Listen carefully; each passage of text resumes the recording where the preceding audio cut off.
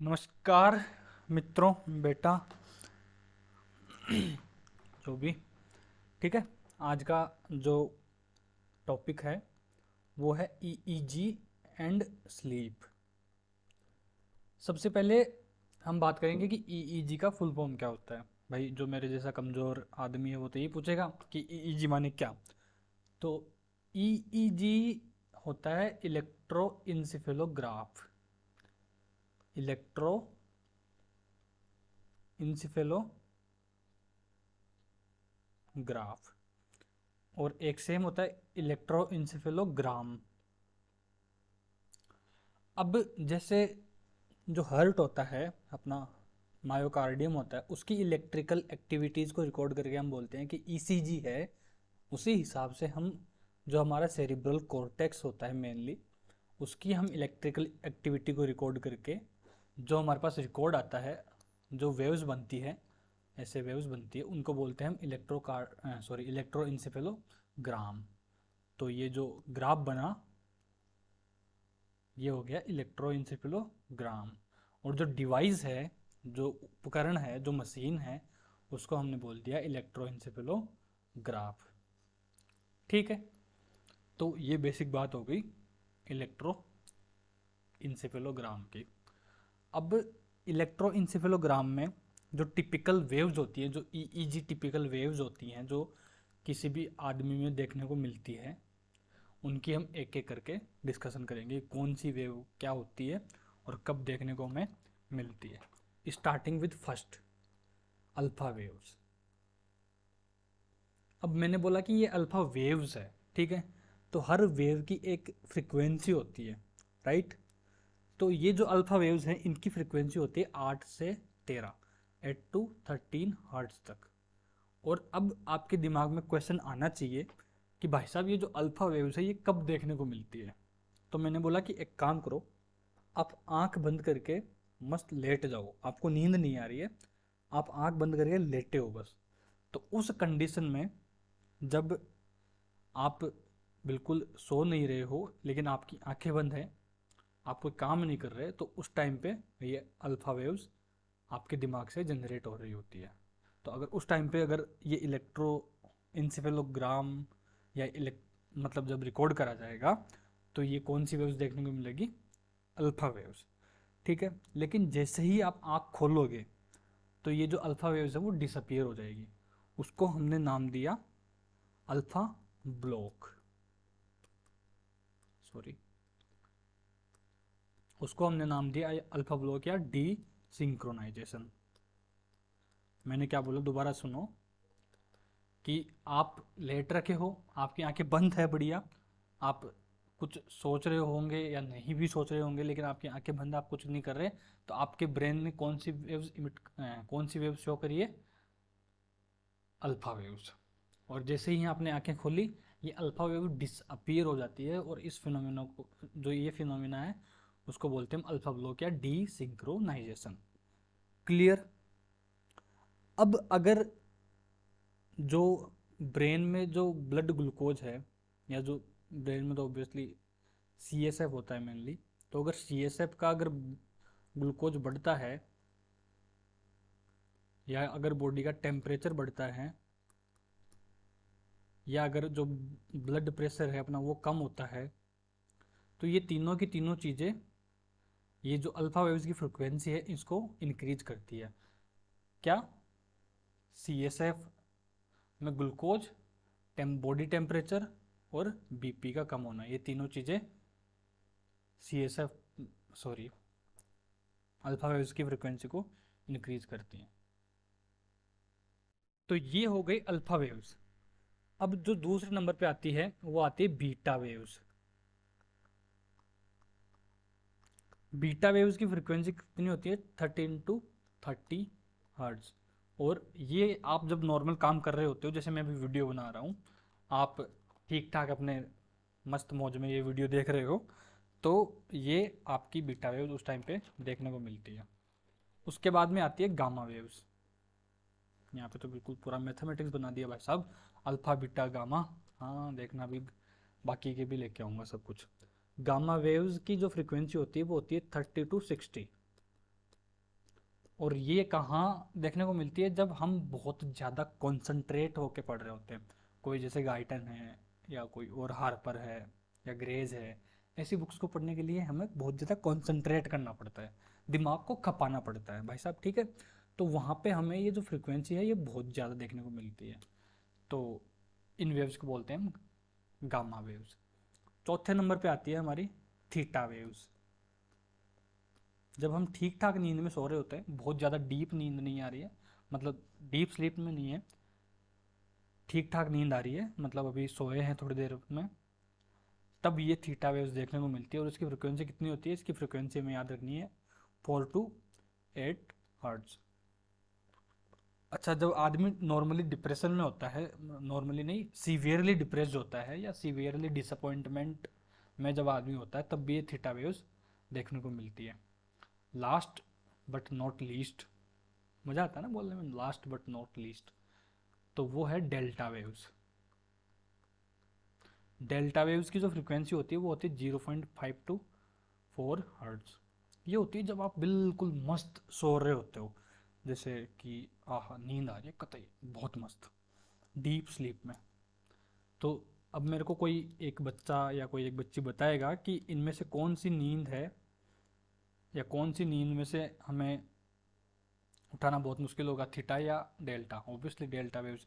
लेकिन एक मेरा क्वेश्चन है कि अगर कोई आदमी जग रहा है, ठीक है, जैसे मैं जग रहा हूँ अभी, मैं पढ़ा रहा हूँ, और आपने मेरा ईईजी लिया और आपको देखने को मिल रही है डेल्टा वेव्स, तो ये क्या शो कर रहा है?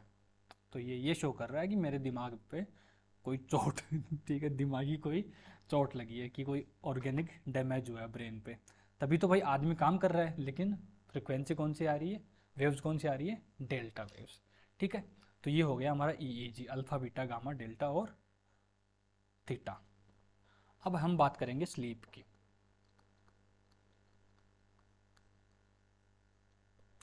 स्लीप में क्या होता है, स्लीप की डेफिनेशन क्या होती है, पहले तो उस पर बात करेंगे कि temporary state of unconsciousness, temporary state of unconsciousness, कि हम कुछ देर के लिए अनकॉन्शियस हो जाते हैं, ठीक है। अब जो नींद है हमारी, जो स्लीप है, उसको हमने दो फेज में डिवाइड करा है।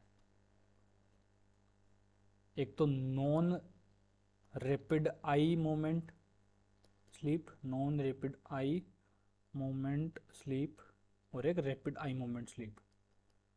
अब हमने ये ऐसा नाम क्यों दिया, क्योंकि जो वैज्ञानिक है, जो साइंटिस्ट है, जो फिजियोलॉजिस्ट है, उन्होंने देखा कि नींद के कुछ टाइम पे तो हमारी जो आइज़ है वो रैपिडली मूवमेंट कर रही होती है। वो क्यों करती है वो भी मैं आपको बताऊंगा आगे। बाकी कुछ टाइम तक वो ऐसा नहीं कर रही होती है।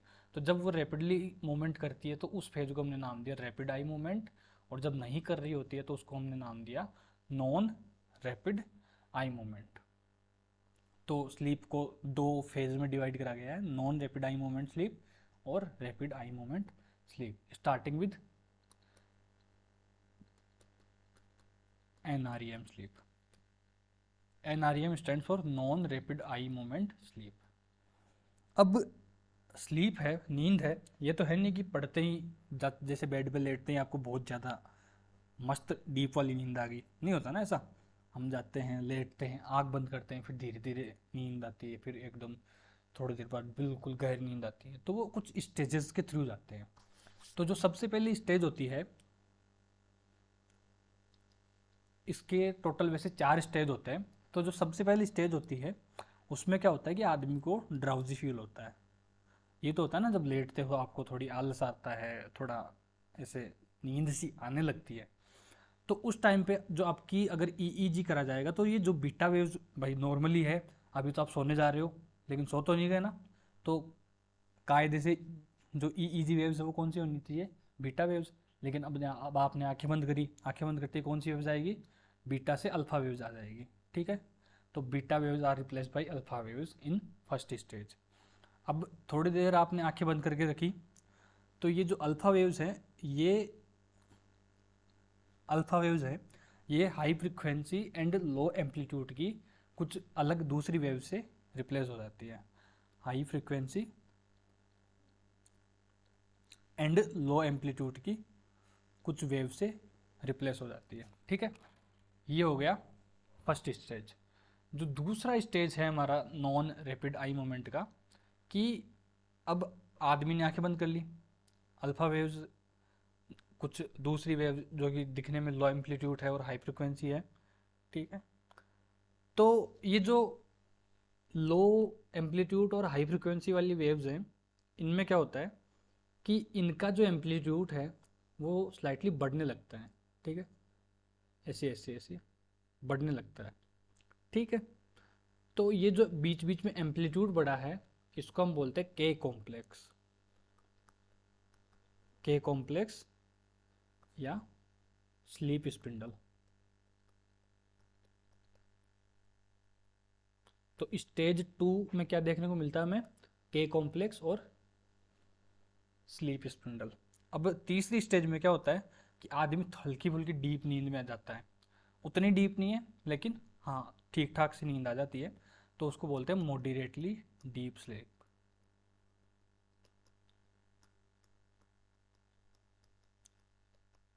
यहाँ आपको क्या देखने को मिलेगा कि जो फ्रीक्वेंसी है वो डिक्रीज हो जाती है और जो एम्पलीट्यूड है वो इंक्रीज हो जाता है। और ये कहाँ देखने को मिलती है आपको, ईईजी वेव्स में, ठीक है।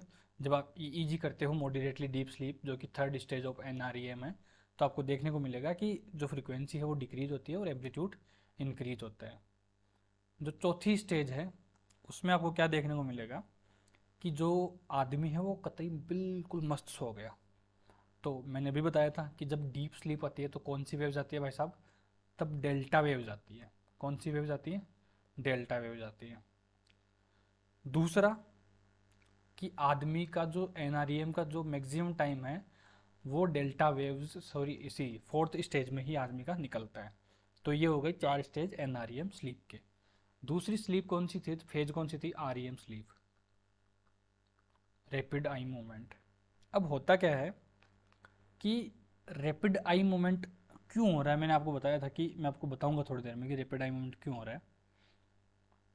क्योंकि यहाँ पे क्या होता है, पोन्टाइन जो न्यूक्लियस होते हैं, पोन्स में जो न्यूक्लियस होते हैं, वहाँ से कुछ पोटेंशियल्स ओरिजिनेट होते हैं और वो थैलेमस के जेन्युकुलेट न्यूक्लियस में जाते हैं।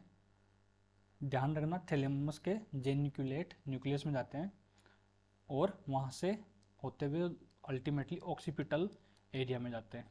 तो ये पीजीओ जो पोटेंशियल है, इसकी वजह से रैपिड आई मूवमेंट होता है।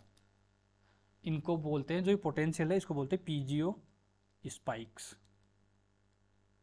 तो इसकी वजह से रैपिड आई मूवमेंट होता है। खास बात ये है कि हम जो सपने देख रहे होते हैं, जो हम मतलब ड्रीम तो हम दोनों में देखते हैं, एनआरईएम और आरईएम, लेकिन हमें याद रहता है जो हमने आरईएम में देखा, ठीक है। तो इसको हम बोल देते हैं कभी कभी ड्रीम स्लीप, ठीक है। अब यहाँ पे जो ईईजी वेव्स है वो आपको देखने पर ऐसे लगती है कि ये ईईजी वेव्स है, बीटा वेव्स है, ठीक है। लेकिन याद करो कि बीटा वेव्स कब होती है, जब आप सो नहीं रहे होते हो, नॉर्मल जग रहे होते हो। लेकिन ईईजी से देखने पर क्या दिखा कि बीटा वेव्स है, आदमी सो रहा है, लेकिन ईईजी क्या बता रही है कि भाई साहब ये तो बीटा वेव्स है और आदमी जग रहा होगा। तो इसलिए इसको बोलते हैं पैराडॉक्सिकल स्लीप। आरईएम स्लीप को बोलते हैं पैराडॉक्सिकल स्लीप। अब दोनों में कुछ मेन डिफरेंस होता है एनआरईएम और आरईएम में, वो मैं यहाँ पे लिस्ट कर देता हूँ जल्दी से।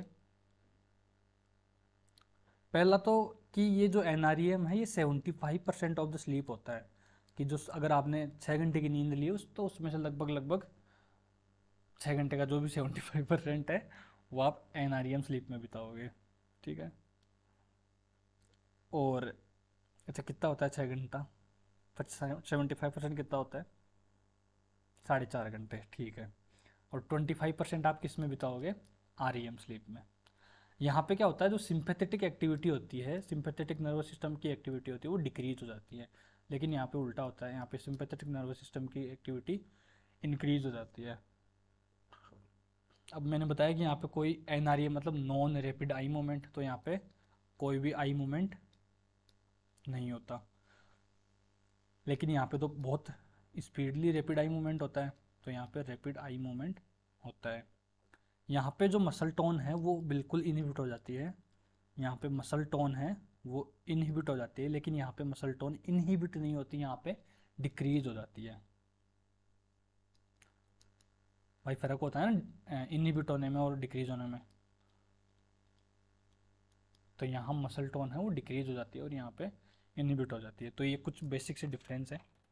अब हम बात करते हैं कि थियरीज ऑफ स्लीप, कि आदमी को नींद आती कैसे है। तो वो क्या बोलता है कि हमारे जो ब्रेन स्टेम है उसमें एक न्यूक्लियस होता है। हमारा जो ब्रेन स्टेम है उसके अंदर एक न्यूक्लियस होता है जिसको हम बोलते हैं रेफे न्यूक्लियस। रेफे न्यूक्लियस वो सीरोटोनिन या नोरेपिनेफ्रिन, ये दो टाइप के केमिकल्स होते हैं, दो टाइप के न्यूरोट्रांसमीटर होते हैं, वो रिलीज करवाता है। और ये जो न्यूरोट्रांसमीटर है कौन कौन से, नोरेपिनेफ्रिन या सीरोटोनिन, वो जाके पॉन्स में जाके एसिटाइल कोलिन को रेगुलेट करते हैं। जैसे मैं एग्जांपल दूं कि अगर यहाँ पे रेफे न्यूक्लियस में अगर नोरेपिनेफ्रिन या सीरोटोनिन कम हो गया, अगर इसका सिक्रेशन कम हो गया या रिलीज कम हो गया, तो जो पोंटाइन न्यूक्लियस में एसिटाइल कोलिन है वो भी कम हो जाएगा। अरे हाँ या ना। तो जो अब एक बात आपको पता होनी चाहिए कि जब जब एसिटाइल कोलिन कम होगा तब तब आदमी वॉकिंग स्टेज में जाएगा, और जब जब एसिटाइल कोलिन बढ़ेगा तब तब आदमी नींद की तरफ जाएगा। ठीक है। तो अगर ये नोरेपिनेफ्रिन या सीरोटोनिन जब बढ़ जाएं तो ये क्या करेंगे, पॉन्स में जाके एसिटाइल कोलिन को इंक्रीज करेंगे, और एसिटाइल कोलिन की वजह से हमें नींद आएगी। अब स्लीप और वॉकिंग दोनों में होता ही रहता है कि जगते हैं सोते हैं, जगते हैं सोते हैं, जगते हैं सोते हैं।